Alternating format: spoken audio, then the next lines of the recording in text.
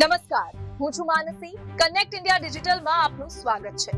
જોઈએ આજના સમાચાર. કચ્છના મુન્દ્રા તાલુકાના કાંડાગરા ગામમાં આવેલી અદાણી કોલોનીમાં એક યુવકની આત્મહત્યા બાદ મામલો બીચક્યો હતો.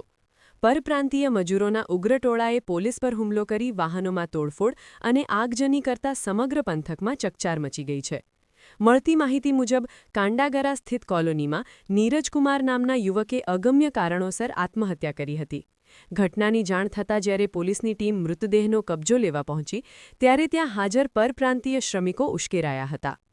ટોળાએ પોલીસને કામગીરી કરતા રોકી પથ્થરમારો શરૂ કર્યો હતો. પોલીસ અને મજૂરો વચ્ચે ઉગ્ર ઝપાઝપી થઈ હતી. ઉશ્કેરાયેલા ટોળાએ પોલીસના વાહન સહિત અન્ય 2-3 વાહનોને નિશાન બનાવ્યા હતા, જેમાં એક ખાનગી કારને સંપૂર્ણપણે સળગાવી દેવામાં આવી હતી. પરિસ્થિતિને કાબૂમાં લેવા માટે પોલીસે કડક વલણ અપનાવ્યું છે. સૂત્રોના જણાવ્યા અનુસાર હિંસામાં સામેલ 5 થી 7 શંકાસ્પદ લોકોની અટકાયત રાઉન્ડઅપ કરવામાં આવી છે. નોંધનીય છે કે હજુ થોડા દિવસો પહેલાં જ કાંડાગરાની બાજુમાં આવેલા સિરાચા ગામમાં પણ પાણીના મુદ્દે પરપ્રાંતીય શ્રમિકોના ટોળાએ સિક્યુરિટી ગાર્ડ્સ પર હુમલો કર્યો હતો. ટૂંકા ગાળામાં બનેલી આ બીજી હિંસક ઘટનાએ સ્થાનિક સુરક્ષા વ્યવસ્થા સામે પ્રશ્નાર્થ ચિહ્નો ઊભા કર્યા છે.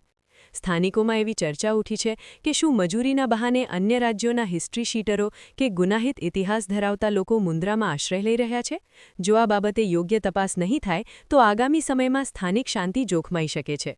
મુન્દ્રા પોર્ટ અને આસપાસની અનેક મોટી કંપનીઓમાં હજારોની સંખ્યામાં પરપ્રાંતીય લોકો કામ કરે છે. ભવિષ્યમાં આવી ઘટનાઓ રોકવા માટે નીચે મુજબના પગલાં અનિવાર્ય જણાય છે. ફરજિયાત પોલીસ વેરિફિકેશન. કંપનીઓએ કોઈપણ શ્રમિકને રાખતા પહેલા તેમના મૂળ રાજ્યનું પોલીસ વેરિફિકેશન સર્ટિફિકેટ માંગવું જોઈએ. કંપનીમાં કામ કરતા તમામ કામદારોની સંપૂર્ણ વિગતો સ્થાનિક પોલીસ સ્ટેશનમાં જમા કરાવવી જોઈએ. ઔદ્યોગિક વસાહતો અને શ્રમિકોની કોલોનીઓ પાસે પોલીસ પેટ્રોલિંગ વધારવાની જરૂર છે. Bureau report, connect India digital, Mundra.